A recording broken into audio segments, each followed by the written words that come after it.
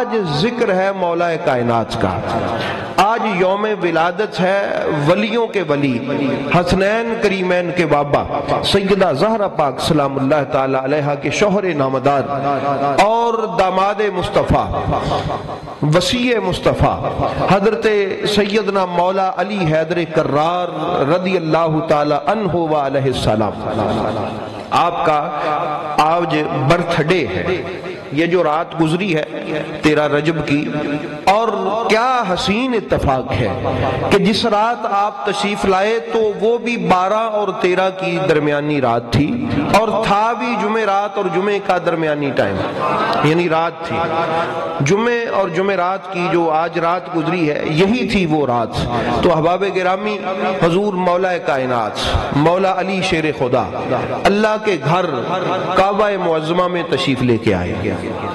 کعبہ معظمہ میں آپ کی ولادت ہوئی، یہ ایسی عظیم و شان بات ہے۔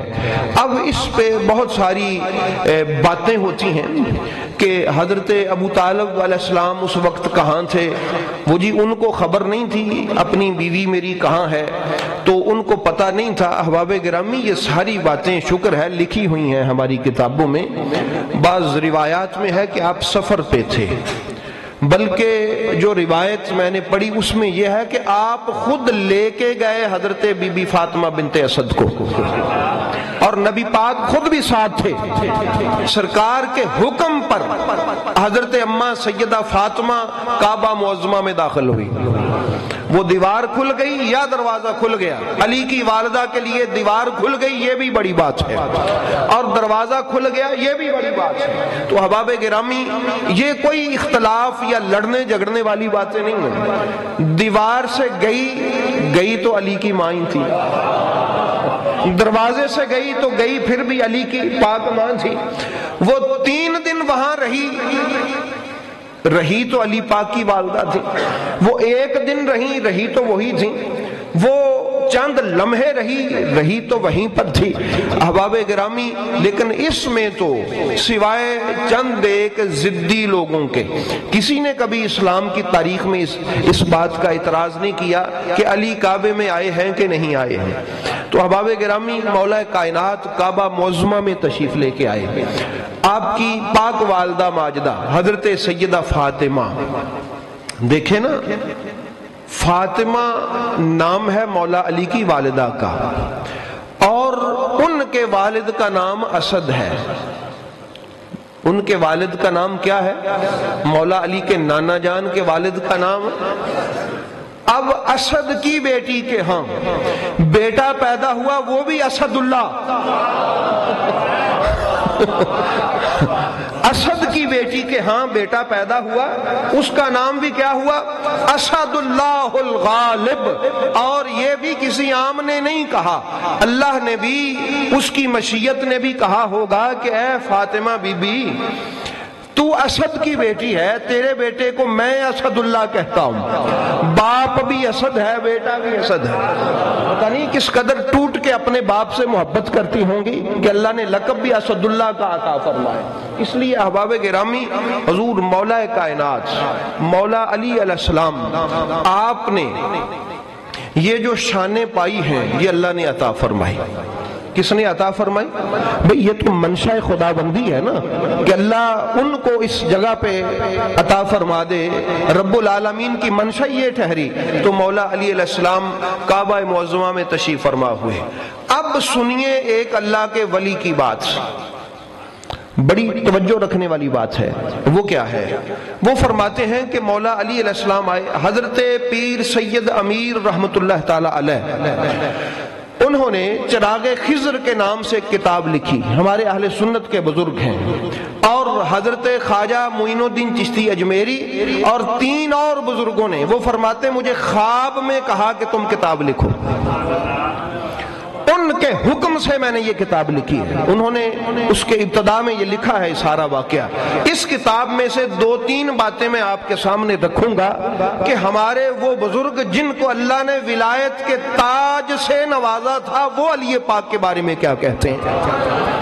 انہوں نے بک لکھی، فرماتے ہیں یہ کتاب ایک راز ہے، ہر کسی کے سمجھ میں آنے والی نہیں ہے۔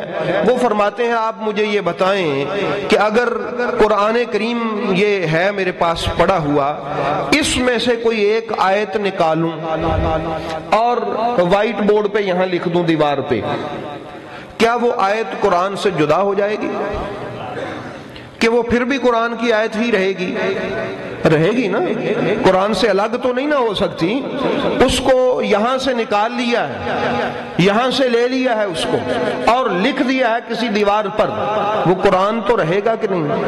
وہ فرماتے ہیں کیا ہوا علی 3 دن بعد یا 1 دن بعد یا چند گھنٹوں کے بعد کعبے سے باہر آ گئے، کیا سمجھتے ہو علی کعبے سے جدا ہو گیا؟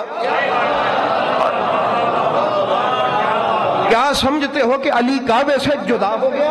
فرماتے نہیں، علی کی حقیقت قیامت تک بھی اور اس کے بعد بھی کعبے سے جڑی ہوئی ہے۔ جس طرح قرآن کی آیت کو قرآن سے الگ کر لینے کے باوجود بھی وہ قرآن کی آیت ہی رہتی ہے، اسی طرح علی کعبے کے اندر رہے تو تب بھی وہ کعبے سے متصل ہے، کعبے سے باہر رہے تو تب بھی کعبے سے جڑا ہوا ہے۔ تو احباب گرامی، یہ انہوں نے کہا، فرمایا علی کی حقیقت کعبے کے آج بھی اندر ہے، علی کی حقیقت آج بھی کعبے کے اندر ہے۔ تو احباب گرامی، اس سے پتہ چل گیا، چونکہ علی پاک کا ذکر کرنا عبادت ٹھہرا، علی کو دیکھنا عبادت ٹھہرا، علی علی کرنا عبادت ٹھہرا۔ تو احباب گرامی، چونکہ کعبہ بھی ایک عبادت کی جگہ ہے، کعبے کا اور عبادت کا آپس میں ایک خاص کنیکشن ہے۔ بھئی ہم ادھر کو منہ کر کے کھڑے ہو جائیں اور سجدہ کر دیں، وہ ہماری عبادت ہوگی؟ اور اگر وہی عمل ادھر کو منہ کر کے کر دیں تو وہ کیا بن جائے گا؟ کیوں؟ رخ کدھر ہو گیا ہے؟ پتہ چلا کہ عبادت رخ بھی کعبے کی طرف ہو جائے تو رخ کرنا بھی عبادت بن جاتا ہے، ادھر کی طرف رخ کرنا بھی کیا بن جاتا ہے؟ عبادت بن جاتا ہے۔ تو احباب گرامی، حضور مولا کائنات کا چونکہ عبادت علی علی کرنا عبادت، یہ حضرت ام المومنین اماں جی عائشہ صدیقہ فرماتی ہیں، اور علی کو دیکھنا عبادت۔ اچھا، اب انہوں نے یہاں بھی ایک بات لکھی، یہ بات آپ نے سمجھ لی کہ علی ایک راز ہے۔ وہ فرماتے ہیں یہ راز اللہ والے سمجھتے ہیں، علی آج بھی علی کی حقیقت کعبے میں ہے، آج بھی وہ حقیقت کعبے میں ہے، آج بھی وہ راز کعبے میں ہے۔